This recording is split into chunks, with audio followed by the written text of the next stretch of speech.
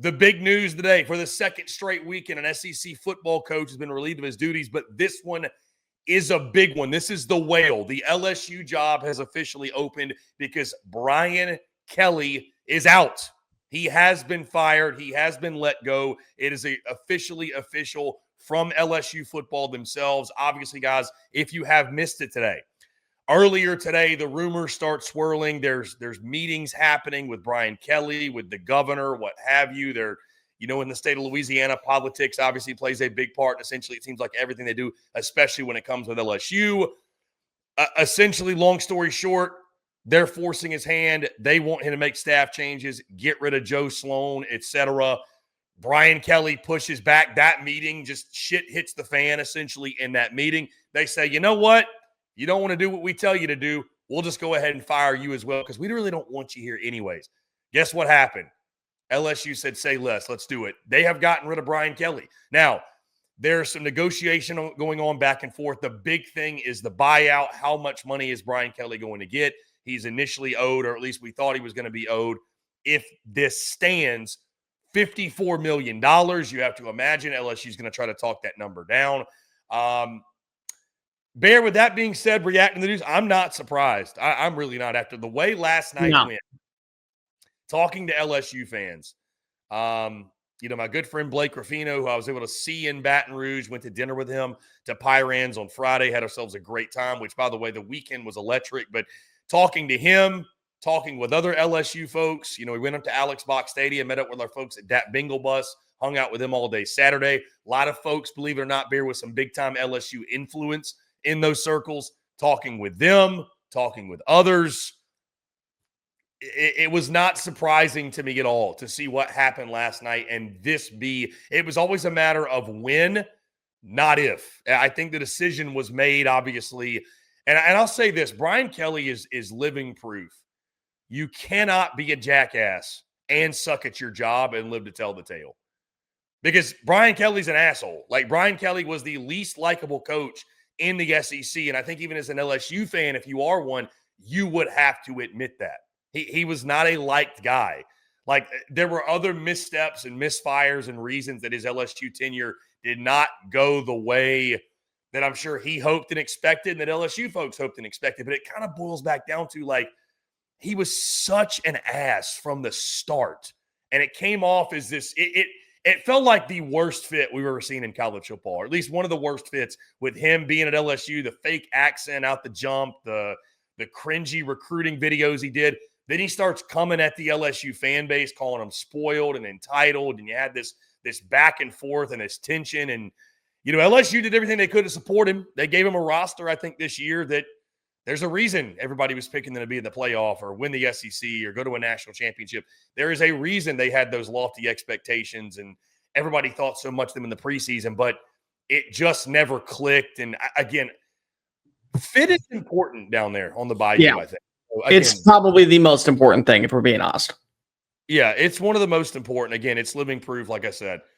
You cannot be an asshole and be bad at your job and live to tell the tale. And at the end of the day, the reason Brian Kelly's getting fired because he didn't win enough games. That's the bottom line. But that stuff didn't help either. And I'm not saying that, like, listen, Sam Pittman, for example, we got really exhausted with the idea of, like, every time you talk about the guy, you got to start with how good of a guy he is. But that was one of the reasons Sam Pittman lasted as long as he did. Like, you can't lose and be unlikable. That's what Brian Kelly did. But at the end of the day, after the way that game went last night, with the Aggies just dominating that second half, you just ran out of excuses, bottom line. I mean, this thing never looked the way it was supposed to, never felt the way it was supposed to. It felt like this thing was at the boiling point all season long, and it just kind of finally boiled over last night. And now, like you mentioned, this is a whale of a job. This is the best job available. This is one of the best jobs in college football.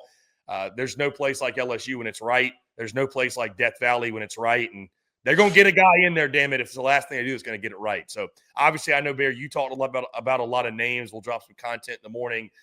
We'll be talking about this job over the next few weeks, but there's some very obvious big names out there that I think LSU is going to chase down and offer the job to. And, we'll see what happens. But that's one that you take the call, typically, no matter who you are. But wasn't surprised at all. It was deserved. It was deserved. last thing I'll say is this. There's no gray area at LSU. You either win or and so this whole if they go 9-3, what happens there's no really gray area at LSU. They just simply did not win enough. And Brian Kelly and his demeanor didn't help his case either in making it to end of season or obviously beyond this season. So yeah, I got to eat crow. I very much have defended Brian Kelly for years. I have said that Brian Kelly is a very good coach. I've said that Brian Kelly is a coach that can win a national title and can put himself in a position where we view him as a face of the sport. I'm wrong. I was very wrong. I apologize. And you know what? I got to sell my stock at this point. And I got to eat it, and I got to be okay with it, and that's fine. But here's the bottom line from my standpoint. Brian Kelly saw an opportunity to go to the SEC where he could buy players, where he could buy people, and he could make sure that he built a roster without any limitations that came at Notre Dame. And so he saw that, saw the check, saw what would have been the resources, and decided to take the money and run and leave South Bend, Indiana. The thing about LSU is that the L is probably the most important part of any conversation that you have with those regarding the program. It's about Louisiana. It is about the state of Louisiana. It is about the people of Louisiana. It is about the culture of Louisiana. They do things down there differently than anywhere else in the world. And I can tell you what, if you end up buying into the culture, if you end up embracing Louisiana for what it is, the way that it will reward you is second to none. Chris, I'll die on this take. I think it's a top 5 job in college football. I think when it's at its peak, it's the best job in football. I stand on that because of one thing. You do not have to worry about any other program in the state going after your players. There's not a single kid that lives in Louisiana that does not dream of wearing the purple and gold and shooting on up and playing in Death Valley on a Saturday night. And I'll tell you what else. They don't commit to you as a coach. They commit to the program. It's one of the very few places in all of college football that is so indoctrinated into its program and its identity. And so if you get the right person in the building, you get the right person to go ahead and work when it comes to building a foundation and laying down the groundwork of Louisiana, it's going to always work. And it's why it worked for it's why it worked for Nick Saban. Saban has no ties to the state. Saban has no ties to the Southeastern region. He's from West Virginia. But he understood, I got to put Louisiana first. Les Miles had no ties to the state. I got to put Louisiana first. Ed Orgeron, the most Louisiana of all Louisiana people, put Louisiana first. And they all won national championships. And Brian Kelly didn't want to do that. Brian Kelly wanted to go do things his way that he thought was going to work. And he never really cared about actually going out and making sure that the state itself had a big say in its state school. So it was doomed to fail. And the thing about a place like Louisiana State University is you can't fake it. You can't have this nonchalant BS attitude because they read right through it. It's the southeastern region of the United States. They see right through your malarkey and they go, oh, bless your heart. That's what it is. That's what they've always done, and that's what they always will do. You have to be the most authentic version of yourself, and it will sell.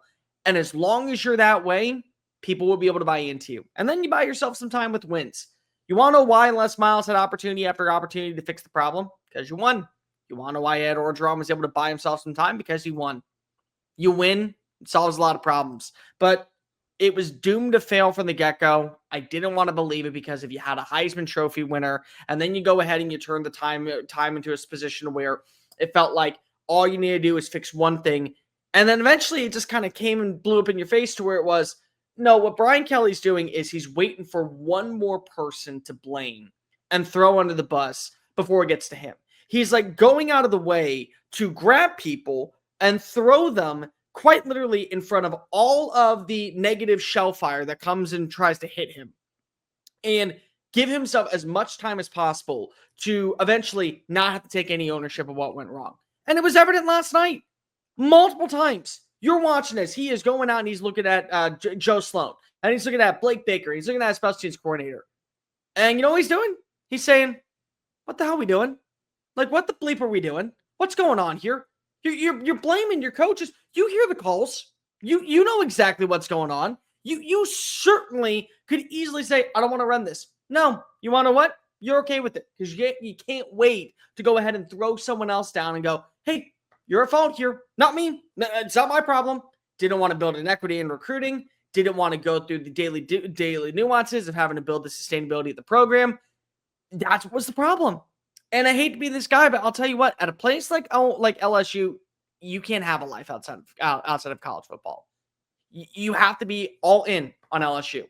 And if you're not all in, then guess what? They're going to see right through you. They're going to throw you to the wolves, and they're going to eat you alive. And Brian Kelly didn't want to do that. He did not embrace Louisiana. He did not embrace the identity of what was the program. He did not embrace what was a place that makes this such a unique destination in college football. And they read right through him. And ultimately, the writing was on the wall. And last night's performance, with the inability to build any bit of sustainability in the second half, the constant negation of blaming your officials and blaming your assistant coaches and never willing to take ownership for your own faults, led to your demise. And I don't know where LSU goes from here. We could say Lane Kiffin. I mean, I'll just be completely real. If Lane wants this job and somehow, some way, Scott Woodward, who, let me also remind everybody, he is now responsible for two of the biggest buyouts in college football history, with the Jimbo Fisher deal and now this one. I don't know if you're allowed to get that win. I don't know if you're allowed to swing on this next one. But if they want Lane Kiffin and Lane wants an opportunity, guess what? It's going to be available. Do you go smaller? Are there names out there that right now we're not bringing on up, just like we didn't think that Brian Kelly's name was ever going to get brought up for this job, that you go after? Because I'm going to be completely real, guys. LSU is built different than most places. There are names that you never would envision want to leave their school. Happy as can be where they're at.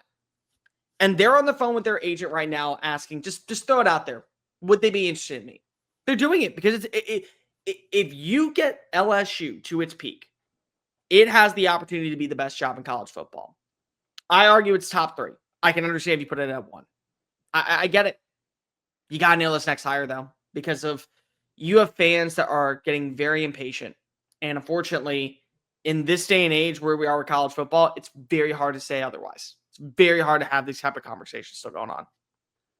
Yeah, it's undoubtedly been one of the best jobs in college football. And I think LSU sent a message. I think LSU sent a message from the standpoint of the next guy that comes in, you're going to have there's no excuse not to win at LSU because you've got everything you need at your fingertips.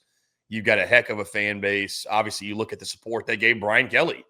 If they've got a guy they believe in at the top, they're going to support you and they're going to give you everything you need to compete at the highest level. Look at Jay Johnson in the LSU baseball program. I mean, every time he needs a player, there's money to go get that player, right? Like they're going to support a winner. They're going to support a leader they believe in.